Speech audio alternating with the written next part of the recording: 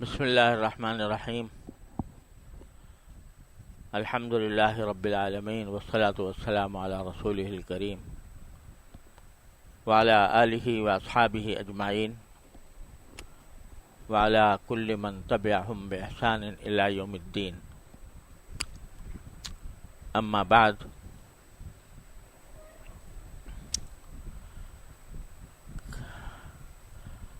کافی دن سے عباد الرحمن کا بیان چل رہا ہے.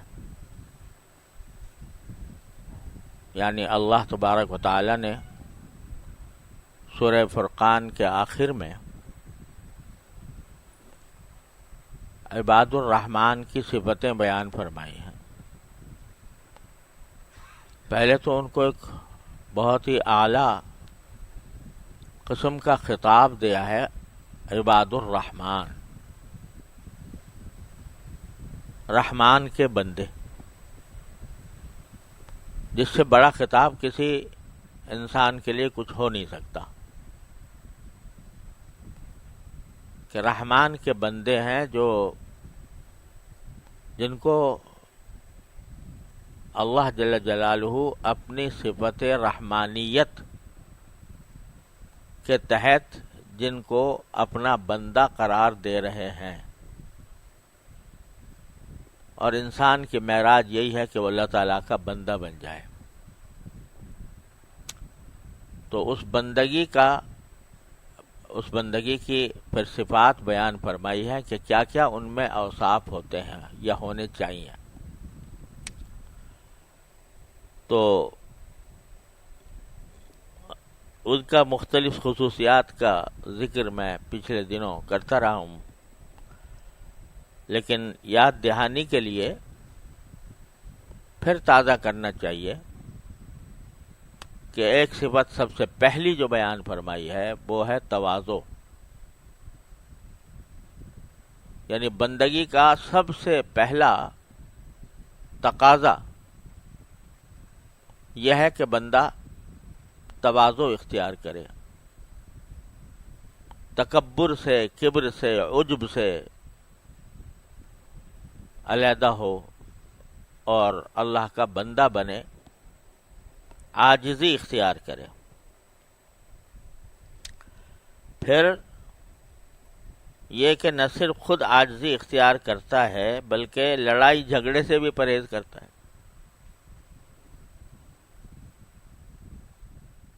اللہ تبارک و تعالیٰ کو اور اللہ تعالیٰ کے رسول صلی اللہ علیہ وسلم کو مسلمانوں کے درمیان جھگڑے سے زیادہ مکروہ چیز کوئی نہیں ہے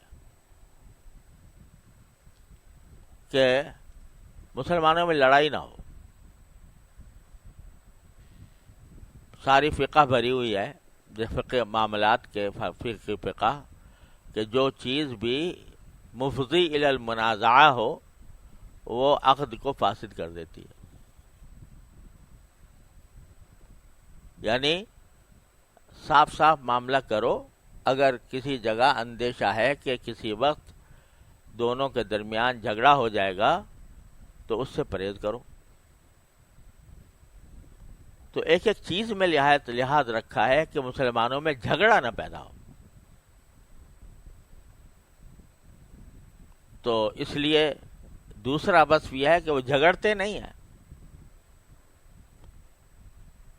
دوسرا جھگڑے بھی تو اس سے سلامتی کی بات کہتے ہیں. اذا خاطبهم الجاہلون قالوا سلاما. بعض اوقات جھگڑے کے لیے اپنا حق چھوڑ دیتے ہیں جھگڑے سے بچنے کے لیے، جس کے لیے رسول کریم صلی اللہ علیہ وسلم نے ارشاد فرمایا کہ میں اس شخص کے لیے جنت کے بیچوں بیچ گھر دلوانے کا ذمہ دار ہوں جو حق پر ہونے کے باوجود جھگڑا چھوڑ دے. تیسرا وصف جو بیان فرمایا تھا وہ یہ تھا کہ یبیتون لربہم سجدا وقیاما. آپ دیکھو پہلے دو وصف جو ہیں ان کا سارا تعلق وہ اپنی ذات کو بندگی کا حق ادا کرنے کے لیے استعمال کرنے والے ہیں، اور بندوں کے ساتھ، دوسرے بندوں کے ساتھ امن و سلامتی کے ساتھ رہنے والے۔ پھر یہ فرمایا کہ راتوں کو کبھی سجدے میں ہوتے ہیں، کبھی قیام میں ہوتے ہیں۔ اور وہاں پر میں نے عرض کیا تھا کہ اصل بات تو یہ ہے کہ آدمی رات کے ایک معتد بھی ہی حصہ اس کام میں گزارے، لیکن اللہ تعالیٰ نے اپنے فضل و کرم سے اتنا بھی ہمارے لیے، ہم کمزوروں کے لیے آسانی کر دی ہے کہ بھئی مغرب کی نماز صحیح طریقے سے پڑھ لے، عشاء صحیح طریقے سے پڑھ لے، تو کچھ نہ کچھ ان بندوں میں شمولیت کا نام آ جاتا ہے۔ پھر یہ بس بیان فرمایا کہ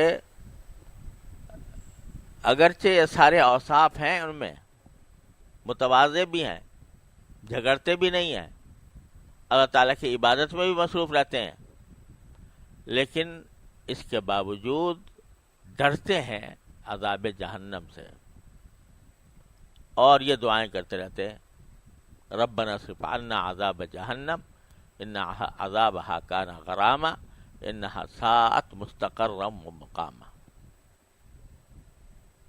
تو اپنے عمل پر کوئی ناز نہیں ہوتا کہ یہ سوچیں کہ بھئی جو میں عمل کر رہا ہوں تو بس میرا جنت مل گئی مجھے، اور میرا عمل جو ہے وہ مجھے جنت میں پہنچا دے گا۔ نہیں، بلکہ کرتے بھی رہتے ہیں اور ڈرتے بھی رہتے ہیں۔ اور ربنا اصرف عنا عذاب جہنم ان عذابها کان غراما انها ساءت مستقرا ومقاما۔ اور کیا؟ والذین اذا انفقوا لم یسرفوا ولم یقتروا، جب خرچ کرنے کا موقع آتا ہے نہ فضول خرچی کرتے ہیں نہ بخل سے کام لیتے ہیں۔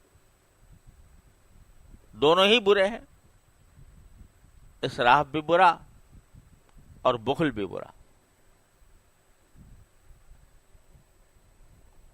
وَكَانَ بَيْنَ ذَلِكَ قَوَامًا، اور جو اعتدال کا راستہ وہ ان دونوں کے درمیان ہے، فضول خرچی اور بخل ان دونوں کے درمیان راستہ ہے جو صحیح گزرتا ہے، اللہ تعالیٰ کی رضا کا راستہ۔ وَالَّذِينَ لَا يَدْعُونَ مَعَ اللَّهِ إِلَٰهًا آخر، اور جو اللہ کے ساتھ کوئی دوسرا معبود کو، دوسرے معبود کو نہیں پکارتے۔ اور پچھلی مرتبہ میں نے عرض کیا تھا کہ اس سے اشارہ ہے کاہے کی طرف؟ مقام توحید کی طرف۔ اور اس سے یہ بھی کچھ اندازہ ہوتا ہے بظاہر، یہ بعد میں جو لے کر آئے ہیں، کہ جو پچھلے اوصاف ہیں، تواضع، جھگڑے سے پرہیز اور عبادت اور جو ہے اسراف سے بچنا، بخل سے بچنا، ان اوصاف کے حاملین جو ہیں ان کو ایمان میں پختگی حاصل ہوتی ہے۔ اس لیے والذین لا یدعون مع اللہ الہا آخر، تو اس سے اس کی مثال یہ ہے کہ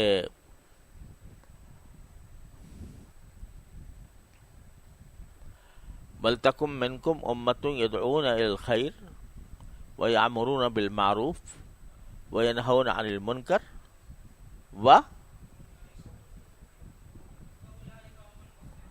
ایک جگہ یہ بھی تو ہے نا، وَيُؤْمِنُونَ بِاللَّهِ وَالْيَوْمِ الْآخِرِ۔ نہیں، کنتم اخرجت، ہاں، کنتم خیر امت اخرجت للناس تأمرون بالمعروف وتنہون عن المنکر وتؤمنون باللہ ورسولہ۔ وہاں بھی ایمان کا ذکر بعد میں کیا۔ پہلے کیسے ہیں؟ امر بالمعروف کرتے ہیں، نہی عن المنکر کرتے ہیں، یعنی نیکی کا لوگوں کو ترغیب دیتے ہیں، برائی سے روکتے ہیں، اور اللہ پر ایمان رکھتے ہیں۔ تو ظاہر ہے نیکی کا حکم اور برائی سے بچنا یہ بغیر ایمان کے تو نہیں ہوگا نا، لیکن بظاہر شاید یہ مقصود ہو۔ میں نے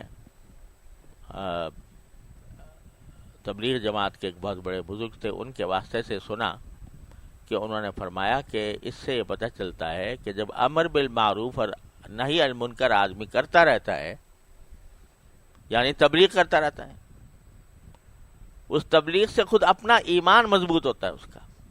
اس لیے وَتَأْمُرُونَ بِاللَّهِ وَالْيَوْمِ الْآخِرِ. تو یہاں پر بھی ایسے ہی ہے، لَا يَدْعُونَ مَعَ اللَّهِ إِلَٰهًا آخَرَ وَلَا يَقْتُلُونَ النَّفْسَ الَّتِي حَرَّمَ اللَّهُ إِلَّا بِالْحَقِّ وَلَا يَزْنُونَ وَمَن يَفْعَلْ ذَلِكَ يَلْقَ أَثَامًا يُضَاعَفْ لَهُ الْعَذَابُ يَوْمَ الْقِيَامَةِ وَيَخْلُدْ فِيهِ مُهَانًا.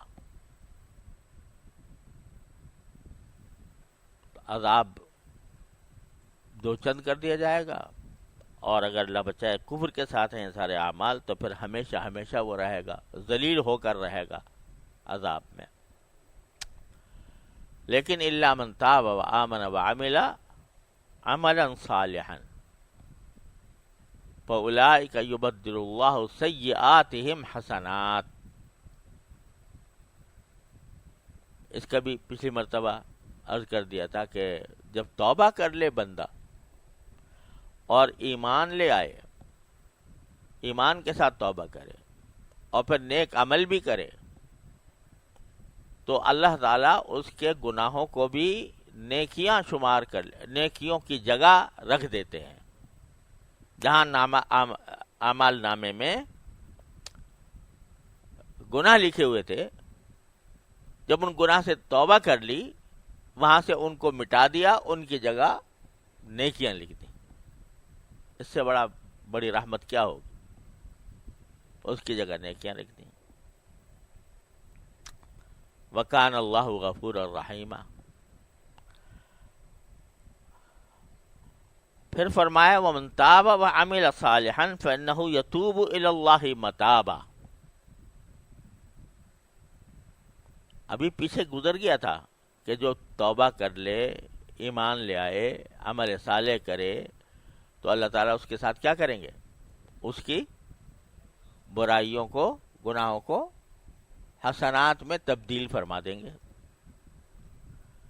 اب یہ دوبارہ فرما رہے ہیں وَمَن تَابَ وَعَمِلَ صَالِحًا فَإِنَّهُ يَتُوبُ إِلَى اللَّهِ مَتَابًا. کیا معنی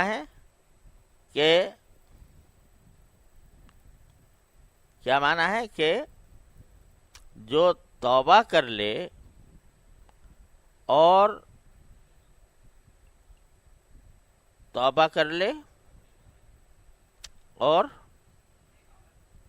نیک عمل کرے.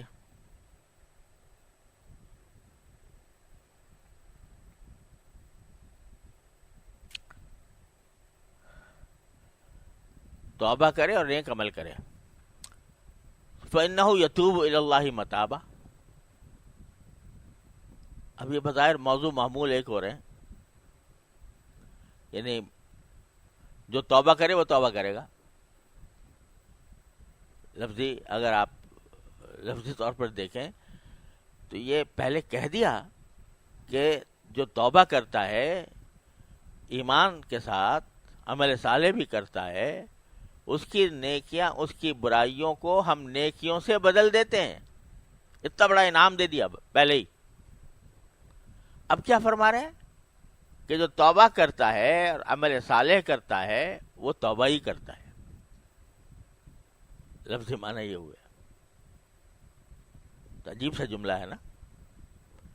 وَمَن تَابَ وَعَمِلَ صَالِحًا فَإِنَّهُ يَتُوبُ إِلَى اللَّهِ مَتَابًا. وجہ یہ ہے کہ پہلے تابہ میں، یعنی یہاں پر جو تابہ ہے وَمَن تَابَ وَعَمِلَ، اس سے مراد تو ہے توبہ کرنا. یا اللہ مجھ سے بہت گناہ ہو گیا، یا اللہ مجھے معاف فرما دیجئے، میں توبہ کرتا ہوں. اس سے مراد تو وہ توبہ ہے جو عام معنی میں توبہ جس کو کہا جاتا ہے. آگے جو ہے فَإِنَّهُ يَتُوبُ، یہ لفظی معنوں میں ہے، لغوی معنوں میں ہے. تابہ یتوبو کے عربی زبان میں معنی آتے ہیں لوٹنا.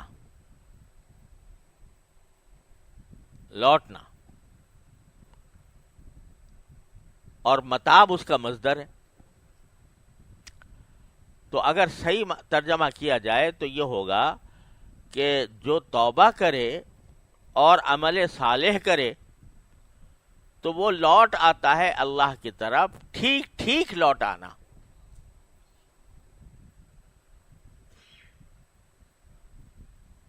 ٹھیک ٹھیک لوٹ آ جاتا ہے اللہ تعالیٰ کی طرف. متابہ جو ہے مصدر مطلق ہے. ٹھیک ٹھیک لوٹ آتا ہے. کیا مانا؟ کہ اگر باقی توبہ کی ہے اس نے صحیح معنی میں سچی توبہ، اور سچی توبہ کی علامت یہ ہے کہ بعد میں نیک عمل کرے، عمل صالحا. تو جب یہ کرتا رہے گا توبہ کر رہا ہے، عمل صالح کر رہا ہے، توبہ کر رہا ہے، عمل صالح کر رہا ہے، توبہ کر رہا ہے، عمل صالح کر رہا ہے، تو پھر انجام اس کا یہ ہے کہ بس پھر وہ اللہ ہی کا ہو کے رہ جاتا ہے. اللہ کی طرف لوٹ آتا ہے. ٹھیک ٹھیک لوٹ آتا ہے. تو یہ ہم لوگوں کو بڑی زبردست تسلی دی جا رہی ہے، بشارت دی جا رہی ہے کہ یہ نہ سمجھو کہ تمہاری توبہ اور تمہارا ہم سے معافی مانگنا یہ کوئی بیکار ہو جائے گا. بعض اوقات خاص طور پر ہم جیسے لوگ، اللہ تعالی ہماری اصلاح فرمائے، توبہ کر لیتے ہیں. توبہ کرتے وقت میں عزم بھی ہوتا ہے کہ بھئی اب دوبارہ یہ گناہ نہیں کریں گے. عزم ہوتا ہے. لیکن نفس اور شیطان کے غلبے سے بعض اوقات توبہ کی اور توبہ کے نتیجے میں ٹوٹ گئی، کسی وقت ٹوٹ گئی. عہد کیا تھا، پکا ارادہ کیا تھا، عزم کیا تھا، آئندہ نہیں کروں گا یہ حرکت، لیکن کسی وقت آیا تو پھسل گیا، توبہ توڑ دی. تو اللہ تعالیٰ نے اس کے لیے اعلان کر رکھا ہے، یا عبادی الذین اسرفوا علی انفسہم لا تقنطوا من رحمت اللہ ان اللہ یغفر الذنوب جميعا. اے میرے وہ بندو جنہوں نے اپنی جانوں پر ظلم کیا ہے، اللہ کی رحمت سے مایوس نہ ہو. یاد رکھو کہ اللہ سارے گناہوں کو معاف کرتا ہے. یہ اعلان کر رکھا ہے کہ نہیں؟ جب اس اعلان کا خیال آتا ہے تو توبہ توڑنے سے ہوئی تو بہت ندامت ہوئی، شرمندگی ہوئی اور بڑا دکھ ہوا، اپنے سے مایوسی ہونے لگی. میں تو کسی کام کا نہیں، اور میں تو میری اصلاح نہیں ہو سکتی،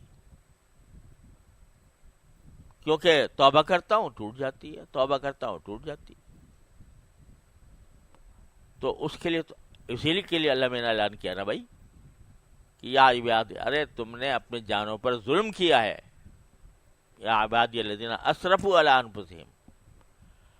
جب تم سے توبہ ٹوٹ جائے تو مایوس نہ ہونا. لا تقنطوا من رحمت اللہ، اللہ کی رحمت سے مایوس نہ ہو. ان اللہ یغفر الذنوب جميعا. ذنوب گناہوں کی جمع. اللہ تعالیٰ مغفرت کرتا ہے کہے کی؟ گناہوں کی. اور افلام استغراق کا کیا معنی؟ سارے گناہوں کی. پھر مزید تاکید، جمیعا، جتنے بھی گناہ کیے ہیں تم نے سب کو مغفرت کر دے گا، سب کی مغفرت کر دے گا. پھر آ جاؤ میرے پاس، پھر توبہ کرو. تو یہ جب آدمی اللہ تعالیٰ کی طرف چلتا ہے تو کبھی گرتا ہے، پڑتا ہے، پھر اٹھ جاتا ہے، پھر گرتا ہے، پھر اٹھ جاتا ہے، پھر گرتا ہے، پھر اٹھ جاتا ہے، لیکن ہمت نہیں ہارتا. جب ہمت نہ ہارے اور لگا رہے کوشش میں، تو اس کا نتیجہ کیا ہوگا کہ عمل صالحہ، پھر اس کو عمل صالح کی توفیق ہوگی. جب اللہ تبارک و تعالیٰ سے رجوع کرتا رہے گا، روتا رہے گا، شرمندہ ہوتا رہے گا، گڑ گڑاتا رہے گا، یا اللہ ہو گیا مجھ سے، یا اللہ مجھ سے پھر ہو گیا، یا اللہ مجھ سے پھر ہو گیا، گڑ گڑاتا رہے گا، تو یہ گڑ گڑانا بیکار نہیں جائے گا. اللہ تبارک و تعالیٰ اپنے فضل و کرم سے اس کو پھر عمل صالح کی توفیق دے دیں گے. اور جب عمل صالح کی توفیق مل جائے گی تو فَإِنَّهُ يَتُوبُ إِلَى اللَّهِ مَتَابًا، اب وہ لوٹ آئے گا اللہ تعالیٰ کی طرف ٹھیک ٹھیک. ایک وقت آئے گا، ضرور آئے گا، کوئی شک نہیں ہے اس میں کہ ایک وقت آئے گا. ابھی تم سے گر رہے ہو، پڑ رہے ہو، پھسل رہے ہو، لیکن جب تک رجوع جاری رکھو گے اللہ تبارک و تعالیٰ کی طرف، اور اللہ تعالیٰ سے معافی بھی مانگتے رہو گے، پناہ بھی مانگتے رہو گے. یا اللہ ماضی پر پناہ مانگتا ہوں، مستقبل کے اوپر ماضی پر معافی مانگتا ہوں، مستقبل پر پناہ مانگتا ہوں. تو رفتہ رفتہ کیا ہوگا؟ مایوس ہوئے بغیر اگر تم یہ کام کرتے رہو، ایک وقت آئے گا کہ اللہ تعالیٰ گود میں اٹھا لیں گے. جیسے ایک بچے کو اگر چلنا سکھاتے ہیں نا، بڑا کوئی چلنا سکھاتا ہے تو کیا کہتے ہیں؟ آؤ بیٹا. اور وہ آتا ہے، گر جاتا ہے، پھر کہیں گے اچھا کھڑے ہو جاؤ، آؤ دوبارہ. اسی طرح چلنا سیکھتا ہے. جب اس نے 2-4 قدم اپنی طرف سے بڑھا لیے تو بے باپ آگے بڑھ کر اس کو گود میں لے لیتا ہے. تو ہم تو اللہ تبارک و تعالیٰ کے سامنے بچوں سے بھی گئے گزرے ہیں نا، تو ہم تو اسی طرح گرتے پڑتے رہیں گے. لیکن اگر ہمت نہ ہاری اور کوشش جاری رکھی اور اللہ سے دعا جاری رکھی، یا اللہ میرے اتنا ہو گیا، جو میرے بس میں تھا میں نے کر لیا، اب مجھے کسی طرح سنبھال لیجیے آپ خود، تو وہ سنبھال لیں گے. الذین جاہدوا فینا لنہدینہم سبلنا، جو ہمارے راستے میں کوشش کرتے رہتے ہیں، ہم ضرور بالضرور، لام تاکید بالون تاکید ثقیلہ، ہم ضرور بالضرور اپنے راستوں پر ہم خود لے جائیں گے. حضرت تھانوی رحمۃ اللہ ترجمہ فرماتے ہیں اس کا، لنہدینہم سبلنا کا، کہ ہم خود تمہیں گود میں اٹھا کر لے جائیں گے اپنے راستوں پر. تو ہمت نہیں ہارو. اگر ندامت ہو رہی ہے، شرمندگی ہو رہی ہے، دکھ ہو رہا ہے، اور پھر اللہ تبارک و تعالیٰ کی طرف رجوع کر رہے ہو، تو پھر ایک وقت ایسا آئے گا فَإِنَّهُ يَتُوبُ إِلَى اللَّهِ مَتَابًا، کہ وہ اللہ کی طرف ٹھیک ٹھیک لوٹ آئے گا.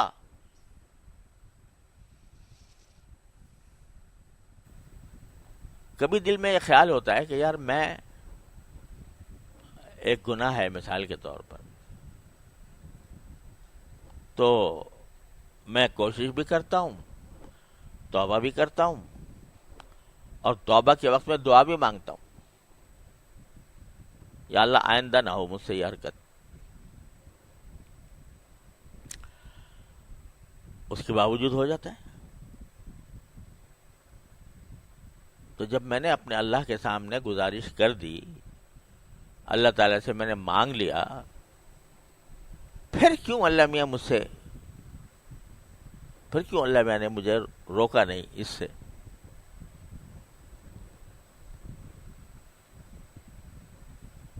اللہ تعالیٰ کی حکمت اور مشیت تو وہی جانتے ہیں. ہم اور آپ کہاں تک اس کی حکمت اور مشیتوں کو سمجھنے کی کوشش کریں گے. لیکن اللہ جل جلالہ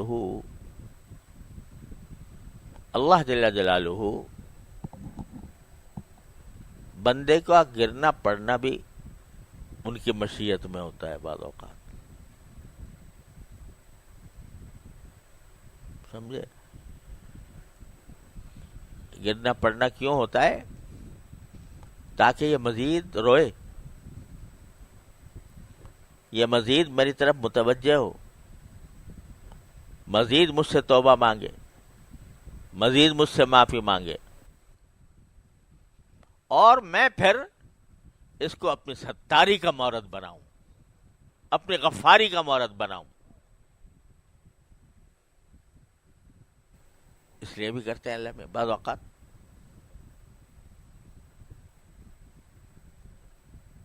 اس لیے دیکھو، ایک اللہ تعالیٰ معاف کرے، ایک چیز ہوتی ہے استدراج. اللہ تعالیٰ ہر مسلمان کو اسے محفوظ رکھے. استدراج کیا ہے؟ کہ آدمی گناہ میں مبتلا ہے، گناہ میں کیا جا رہا ہے اور اللہ میں ڈھیل دے رہے ہیں. اچھا بھائی اور کر. تو اللہ بچائے، جو غفلت کے ساتھ ہوتا ہے یہ استدراج ہے، بڑی خطرناک چیز ہے. اللہ تعالیٰ ڈھیل دے رہے ہو کسی کو،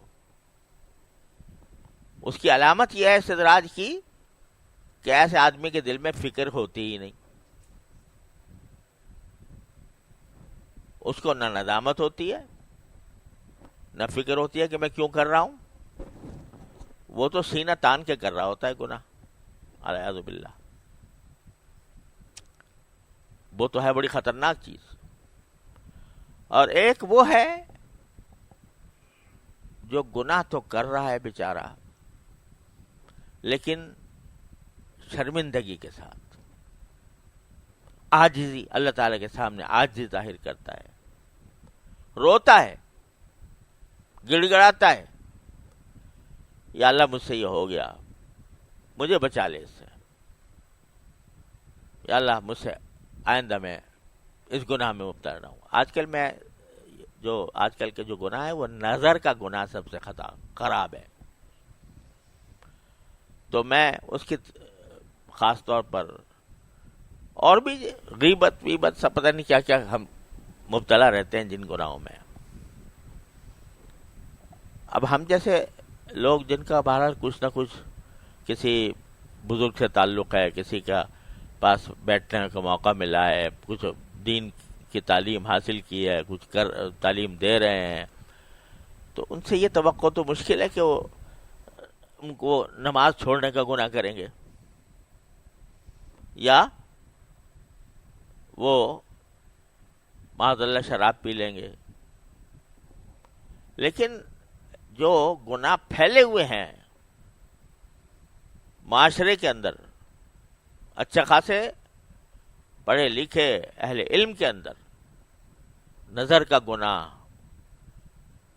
کان کا گناہ غیبت کا سننا، زبان کا گناہ کہ زبان بے تکان چل رہی ہے سوچے بغیر کہ میں سچ بول رہا ہوں یا جھوٹ بول رہا ہوں، میں مبالغہ اتنا کر رہا ہوں کہ وہ جھوٹ کی حد تک پہنچ رہا ہے. غیبت کر رہا ہوں کسی پر بہتان لگا رہا ہوں، کسی پر الزام لگا رہا ہوں، کسی کی دل آزاری کر رہا ہوں. یہ گناہ عام ہے ہم سب میں. تو پہلے تو اس کا احساس ہونا چاہیے کہ گناہ ہے، اور احساس ہونے کے بعد شرمندگی ہونی چاہیے. غیبت کر لی اور شرمندگی کوئی نہیں، اللہ بچائے. جب کیے جا رہے ہیں اور کوئی شرمندگی بھی نہیں، اس سے توبہ کرنے کا دھیان بھی نہیں، تو بھائی یہ خطرناک معاملہ ہے. لیکن اگر ہو گئی، مجلس میں بیٹھے تھے، وہاں پر کوئی کلمہ غیبت کا نکل گیا، بعد میں احساس ہوا کہ یا اللہ مجھ سے غلطی ہو گئی، توبہ کر لی. اب توبہ کرنے کے بعد پھر عہد بھی کر لیا، لیکن کسی وقت پھر مبتلا ہو گیا. بہر فکر ہو اور پھر مبتلا ہو جائے تو پھر اس کو گھبرانا نہیں چاہیے، مایوس نہیں ہونا چاہیے. اللہ تبارک و تعالیٰ کے سے پھر توبہ کی طرف متوجہ ہو. بازا ہرنچ ہستی بازا،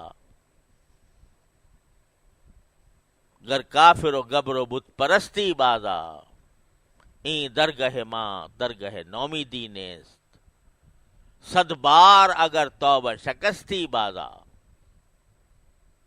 100 بار بھی توبہ توڑی ہو آ جاؤ میرے پاس. تو جب بندہ میں یہ نہیں کہہ رہا کہ بھائی یہ کوئی اچھی بات ہے کہ ایک مرتبہ توبہ کرے اور آدمی پھر اس کو توڑے، نہیں، کوشش تو پوری کرنی ہے، لیکن کسی وقت نفس سے مجبور ہو کر، شیطان کے دھوکے میں آ کر مبتلا ہو گیا تو پھر مایوس نہ ہو، پھر لوٹ جائے اسی کی طرف. جب یہ عمل کرتا رہے گا تو کیا ہوگا؟ من تابا، تو کیا ہوگا؟ وہ عمل عملا صالحا، پھر وہ عمل صالح کی طرف آ جائے گا. کیا مانا؟ کہ اس کے بیشتر اعمال صالحہ ہو جائیں گے. اور جب یہ ہوگا اور اللہ تبارک و تعالیٰ پھر اس کو طاقت دیں گے کہ بالکل وہ گناہ چھوٹ جائے، فَإِنَّهُ يَتُوبُ إِلَى اللَّهِ مَتَابًا، تو وہ لوٹ آتا ہے اللہ کی طرف. ٹھیک لوٹ آنا. کیا مانا؟ پہلے جو لوٹا تھا نا، پہلی بار توبہ کی تھی، وہ صحیح معنی میں لوٹا نہیں تھا. اس لیے کہ اگر صحیح معنی میں لوٹا ہوتا تو پھر نہ کرتا، لیکن پھر کر لیا تو توبہ تو ہو گئی، لیکن وہ توبہ ٹوٹ گئی تو صحیح معنی میں تو لوٹنا نہ ہوا. لیکن جب یہ کرتا رہا اور پھر توبہ کرتا رہا، وہ جیسی کیسی توبہ ہے، وہ پوری ہو یا نہ ہو، وہ کرتا رہے تو آخر میں اللہ تبارک و تعالیٰ اپنے فضل و کرم سے اس کو توفیق بخش دیتے ہیں اور وہ گناہ چھوٹ جاتا ہے. جب چھوٹ جاتا ہے تو اس وقت آتا ہے فَإِنَّهُ يَتُوبُ إِلَى اللَّهِ مَتَابًا، وہ صحیح معنی میں اللہ کی طرف لوٹ چکا ہوتا ہے. اور جب اللہ تعالیٰ کی طرف لوٹ گیا بندہ، کہاں سے لوٹا بھائی؟ کہاں سے لوٹا؟ لوٹنے تو گمانا یہ ہے کہ ایک کسی اور راستے پہ جا رہا تھا، اب وہاں سے لوٹ کے آ گیا. تو وہ کہاں سے لوٹتا ہے؟ شیطان اور نفس کے راستے سے لوٹتا ہے، اور وہ ٹھیک لوٹتا ہے. یعنی اب اچھی طرح تیار ہو کر لوٹ کے آتا ہے باری تعالیٰ کی طرف. تو اس کا نتیجہ کیا ہوتا ہے؟ پھر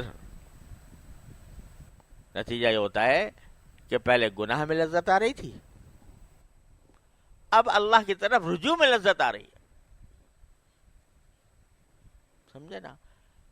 پہلے گناہ کے دائیں پیدا ہو رہے تھے اور وہ مسلط ہو گئے تھے دماغ پر، مسلط ہو گئے تھے، اس کے آگے اپنے آپ کو مجبور پا رہا تھا. جب یہ مجاہدے سے گزرا تو مجاہدے سے گزرنے کے بعد اب دائیں اس کے نہیں پیدا ہو رہے، یہ ہو رہے ہیں تو بہت ہی ناقص،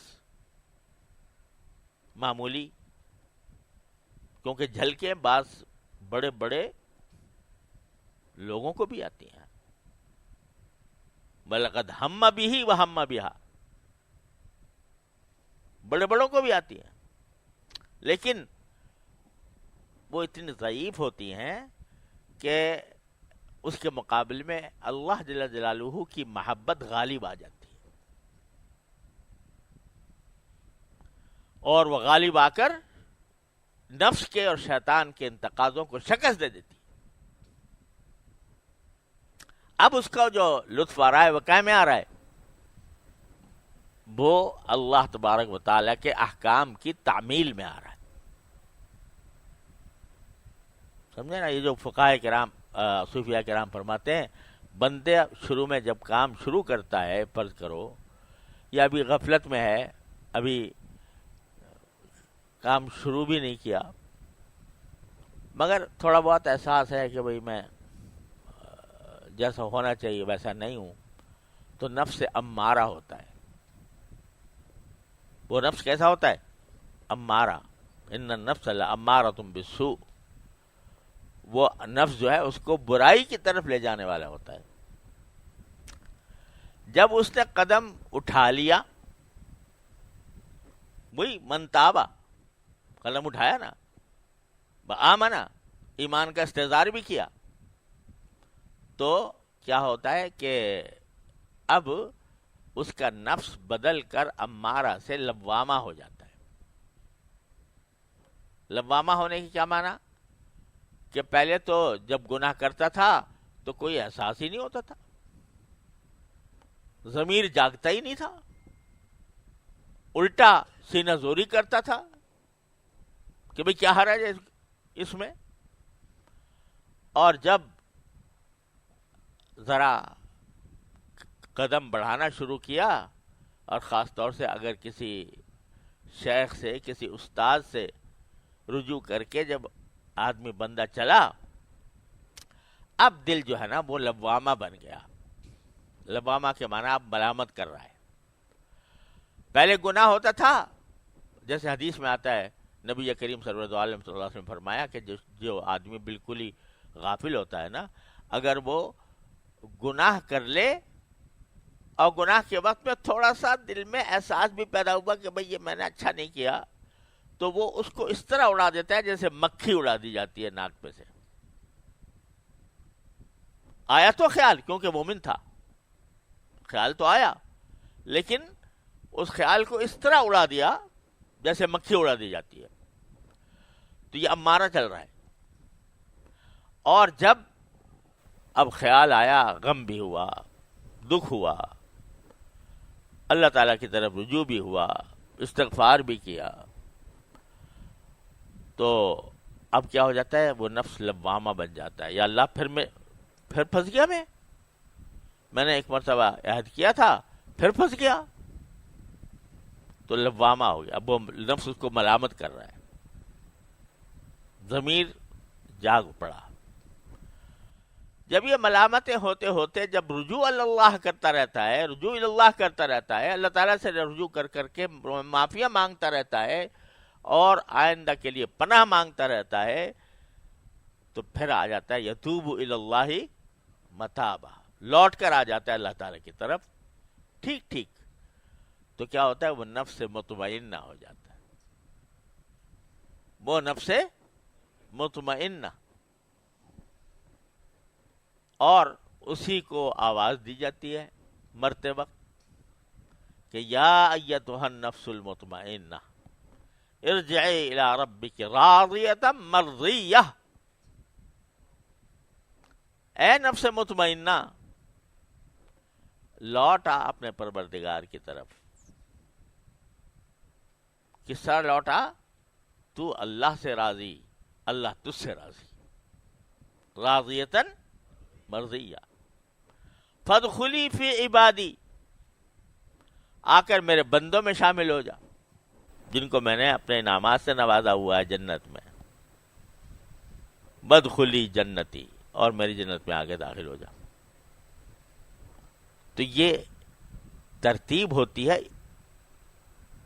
تزکیہ نفس کی. یہ ترتیب ہوتی ہے. شروع میں امارہ ہوتا ہے، پھر لوامہ ہو جاتا ہے، پھر مطمئنہ ہو جاتا ہے.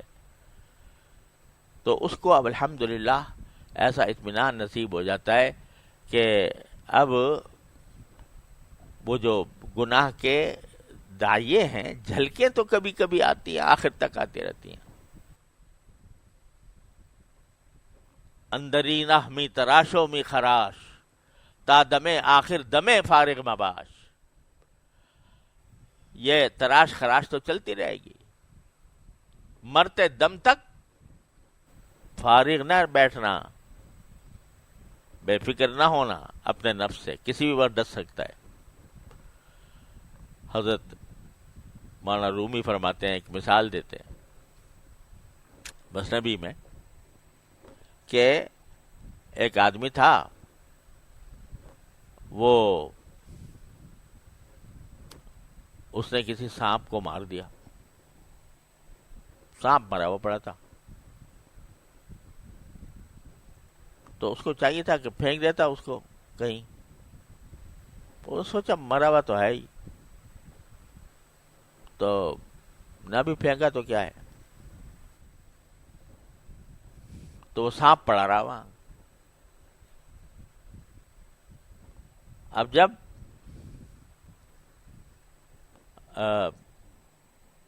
حقیقت میں مرا نہیں تھا، وہ دیکھنے میں مرا ہوا نظر آ رہا تھا، تو اس کو کچھ گرمائی پہنچی، سردی تھی، گرمائی پہنچی، کیا ہوا مجھے تفصیل یاد نہیں رہی کس وجہ سے، تو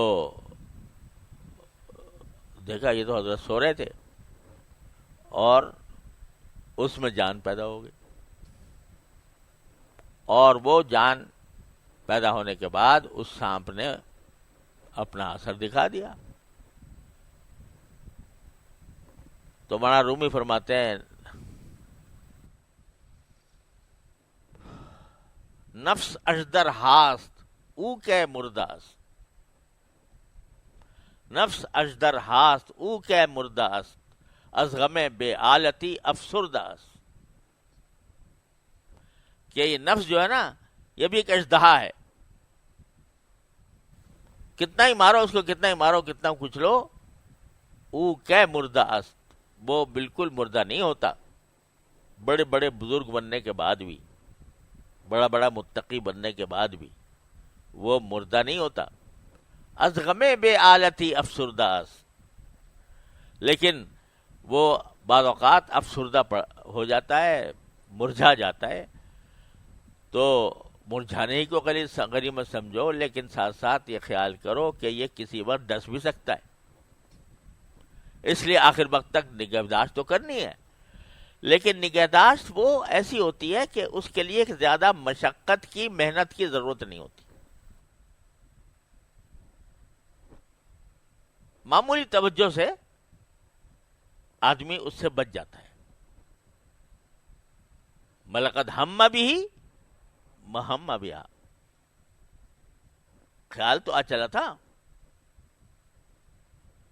خیال آیا تھا کہ نہیں، تو لیکن وہ خیال جو تھا اتنا ضعیف تھا کہ لولا ان رأى برہان ربی، جب پروردگار کا برہان دیکھا تو وہ خیال ختم ہو گیا۔ تو یہ مرتبہ جو ہے یہ ہے یتوب الی اللہ متابا، کہ وہ اپنے اللہ کی طرف ٹھیک ٹھیک لوٹ جاتا ہے۔ ٹھیک ٹھیک لوٹ جانے کے معنی یہی ہے کہ اب شریعت طبیعت بن جاتی، شریعت طبیعت بن جاتی، اب شریعت کے خلاف کرنے کی طرف طبیعت آمادہ ہی نہیں ہوتی، کہیں کہیں کسی وقت کوئی جھلک آ گئی سو آ گئی، ورنہ اطمینان کی زندگی ہے۔ اللہ تعالیٰ کی طرف ٹھیک ٹھیک لوٹانے کا ایک نتیجہ یہ بھی ہوتا ہے کہ ایسا بندہ کبھی پریشان نہیں ہوتا، غیر معمولی پریشانی اس کو نہیں ہوتی، غم کا موقع آ جائے، صدمے کا آ جائے، تکلیف کا آ جائے، تو اس کو اس طرح کی بے چینی، اس طرح کی پریشانی جو غافل آدمیوں کو ہوتی ہے وہ ایسے آدمی کو نہیں ہوتی۔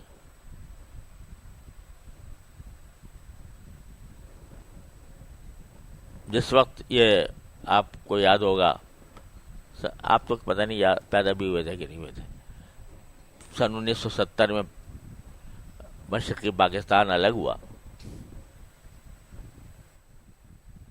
اور 90,000 مسلمانوں کی فوج کافروں کی قید میں چلی گئی۔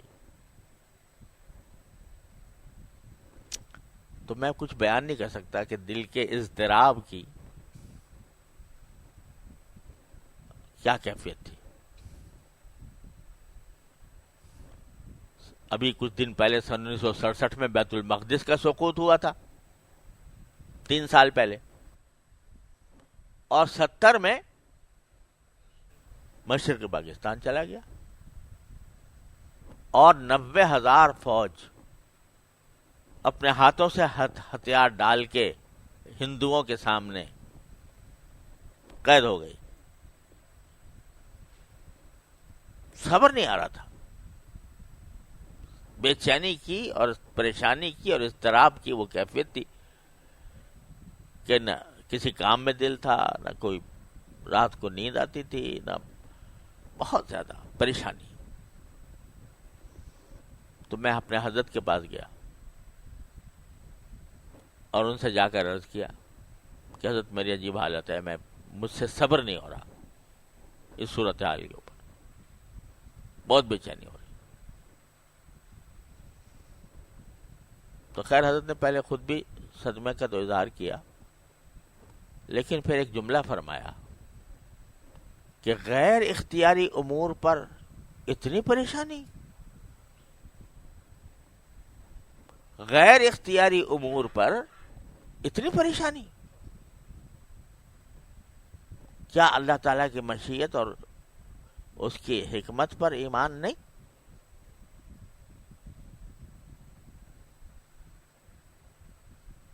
تو یہ جملہ مجھے آج تک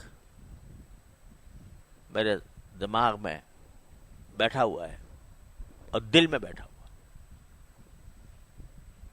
کہ جو چیز غیر اختیاری ہے، بھائی تمہارے اختیار میں تھا کہ تم جا کے وہ 90,000 لوگوں کو چھوڑا لیتے، تمہارے اختیار میں تھا کہ ڈھاکہ کو بچا لیتے.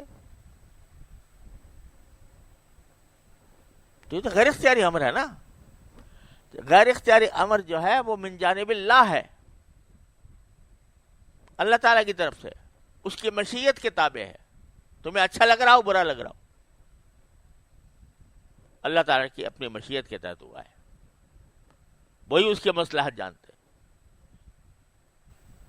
تمہیں کیا پریشانی؟ تو اتنی پریشانی کیوں؟ کہ صدمہ اپنی جگہ ہے، غم اپنی جگہ ہے، ٹھیک ہے، اس غم ہے، صدمہ ہے، انا للہ و انا الیہ راجعون پڑھو، اللہ تعالیٰ سے مانگو کہ یا اللہ یہ غم پیش آ گیا، اب اس کو دوبارہ اس کا کچھ تلافی فرما دیجئے، ان سے مانگو. لیکن اتنی پریشانی کہ اضطراب ہے اور کسی کام میں دل نہیں لگ رہا ہے، اپنا کام چھوڑے بیٹھے ہو، تو یہ تو کوئی طریقہ نہیں ہے.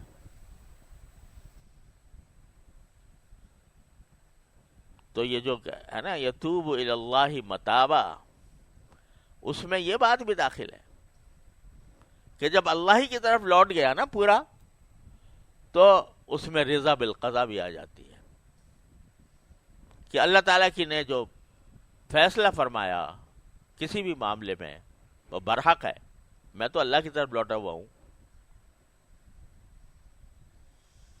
مجھے اس سے کیا غرض کہ دنیا میں کیا ہو رہا ہے کیا نہیں ہو رہا. ٹھیک ہے، میرے اختیار کی جو باتیں ہیں مجھے صحیح کرنی چاہیے، اس میں جو میری کوشش ہو سکتی ہے وہ صرف کرنی چاہیے. لیکن اگر غیر اختیاری طور پر اللہ تعالیٰ کی مشیت سے کوئی ایک ایسا کام آ گیا جس سے تمہیں غم ہے، صدمہ ہے، تو ٹھیک ہے، کم صدمے کی حد تک کوئی حرج نہیں، انا للہ پڑھو، اللہ سے رجوع کرو، اس سے مانگو کہ اللہ اس کی تلافی فرما دیجیے. لیکن اتنی پریشانی، حضرت کا ایک جملہ تھا کہ جیسے کسی نے سینے پر برف رکھ دیا. یہ بات کب پیدا ہوتی ہے؟ یہ ہوتی ہے جو کسی شیخ کی صحبت سے جو ملتا ہے نا، اس طرح کی چیزیں کہ رخ بدل دیتا ہے انسان کا. تو یہ یتوب الی اللہ متابا میں یہ بات بھی داخل ہے کہ وہ اللہ کی طرف لوٹ آتا ہے. ٹھیک ہے، ٹھیک، تو اس میں اس کو اللہ میں سے کچھ شکوہ نہیں ہوتا کبھی بھی. اور جب شکوہ نہیں ہوتا تو غیر معمولی پریشانی بھی نہیں ہوتی. تو یہ نتیجہ کیا کا ہوتا ہے بھائی؟ الا من تاب وعمل عملا صالحا فانه يتوب الى الله متابا. توبہ کا دامن نہ چھوڑو، توبہ کرتے رہو کرتے رہو کرتے رہو، اور بالآخر ایک وقت آئے گا کہ انشاءاللہ اس توبہ کے اثرات عمل صالح کی صورت میں ظاہر ہوں گے، اور جب ہو جائیں گے تو اللہ تعالیٰ کی طرف صحیح معنی میں رجوع کا تحقق ہو جائے گا. پھر کائنات میں جو کچھ ہو رہا ہوگا بندہ اس پر راضی ہوگا. حضرت ذوالنون مصری رحمۃ اللہ علیہ کے بارے میں مشہور ہے کہ ان سے پوچھا کہ حضرت کیسے مزاج ہیں؟ تو انہوں نے فرمایا اس شخص کے کیا مزاج پوچھتے ہو کہ اس کائنات میں کوئی کام اس کی مرضی کے خلاف ہوتا ہی نہیں. یعنی کائنات میں جو کچھ ہو رہا ہے میری مرضی کے مطابق ہو رہا ہے. تو اس نے کہا کہ بھئی ایسا تو کبھی آج تک کسی نبی کے ساتھ بھی نہیں ہوا، پیغمبر کے ساتھ بھی نہیں ہوا کہ جو کام ہو رہا ہو اس کی مرضی کے مطابق ہو رہا ہو. مرضی کے خلاف بھی بہت سارے کام ہوتے ہیں. تو جواب میں فرمایا کہ میری مرضی کے مطابق اس لیے ہو رہا ہے کہ میں نے اپنی مرضی کو اللہ تعالیٰ کی مشیت کے تابع بنا دیا ہے. جو اللہ تعالیٰ چاہ رہے ہیں میں بھی چاہ رہا ہوں. اللہ تعالیٰ کو کچوکا لگانا چاہتے ہیں لگا دیں، میری بھی خواہش ہے کہ مجھے کچوکا لگائیں. سمجھے؟ اللہ تبارک و تعالیٰ مجھے کوئی غم میں مبتلا کر دیں، میری خواہش ہے کہ میں بھی غم میں مبتلا ہو جاؤں. تو جب میں نے اپنی مرضی کو تابع بنا دیا باری تعالیٰ کی مشیت کے، یعنی رضا بالقضاء، تو بس ہر کام میری مرضی کا ہو رہا ہے. تو بھائیوں نتیجہ جو خلاصہ نکلا وہ یہ کہ توبہ سے کا دامن کبھی بھی نہیں چھوڑنا. اس لیے میں نے شاید پچھلی مرتبہ سنایا تھا آپ کو، بابا ندوی حسن صاحب رحمۃ اللہ علیہ فرمایا کرتے تو ہمارے حضرت بھی فرماتے تھے ہر رات سونے سے پہلے توبہ کر لیا کرو. ہر رات سونے سے پہلے توبہ کر لیا کرو. کوئی گناہ یاد آئے تو، نہ یاد آئے تو.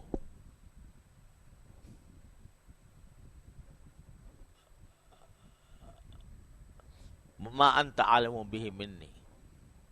حضور اقدس صلی اللہ علیہ وسلم جب استغفار فرماتے تھے تو یہ فرماتے تھے کہ اللہ جو میرے علم میں ہے گناہ میرے وہ بھی معاف فرما دیجئے، اور جو آپ کے علم میں ہے میرے علم میں بھی نہیں ہے. ما انت عالم به منی. تو توبہ ضرور کرو ہر رات اللہ تعالیٰ کے بارگاہ میں.